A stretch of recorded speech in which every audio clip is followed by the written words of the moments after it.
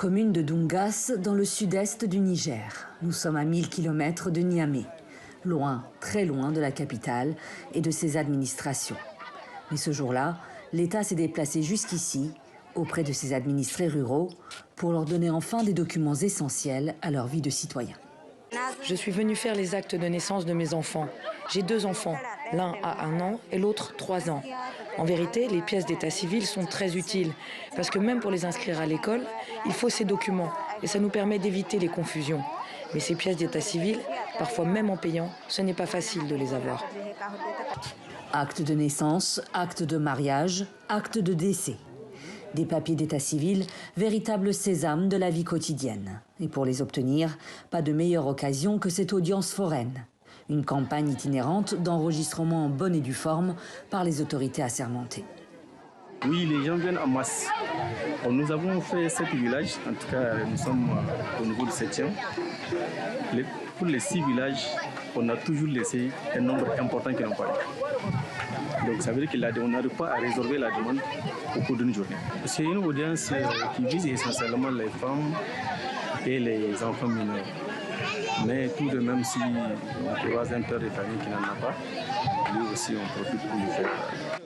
Comme Mamadou Amissou, venu à la hâte avec ses fils pour rejoindre la file, malgré des travaux agricoles qui l'attendent. J'étais sur le point d'aller au champ quand j'ai appris pour l'audience foraine. J'ai couru pour venir ici faire les papiers de mes enfants et les miens aussi. Dans la région, moins de 40% des naissances sont enregistrées. Un chiffre en deçà de la moyenne nationale qui n'atteint, elle, que 50%. Une absence de documents d'état civil décriée par les autorités locales. Même dans les écoles, tu vas trouver des gens jusqu'à les CM2 qui n'ont pas leur extrait de naissance. C'est l'une des raisons de ce projet lancé par l'OIF en partenariat avec l'État nigérien et des ONG, dans une 50aine de villages de la province de Zinder. Parmi ces enfants de Gouna, par exemple, bien peu ont leur acte de naissance. Alors des caravanes de sensibilisation comme celle-ci ont toute leur utilité pour apprendre aux habitants ce qu'est l'état civil et en quoi il entraîne des droits.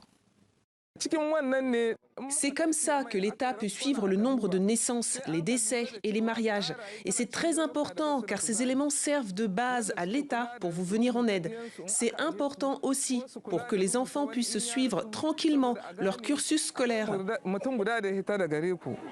Au Niger, le certificat de naissance est obligatoire pour le passage au collège.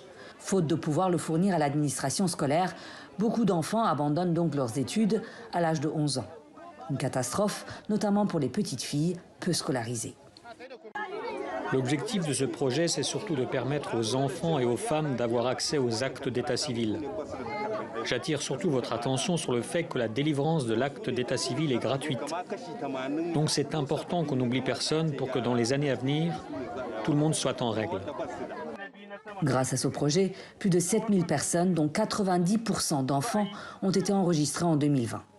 L'objectif pour cette année est de délivrer plus de 10 000 actes d'état civil aux citoyens nigériens, pour leur assurer leurs droits fondamentaux à l'éducation et à la circulation.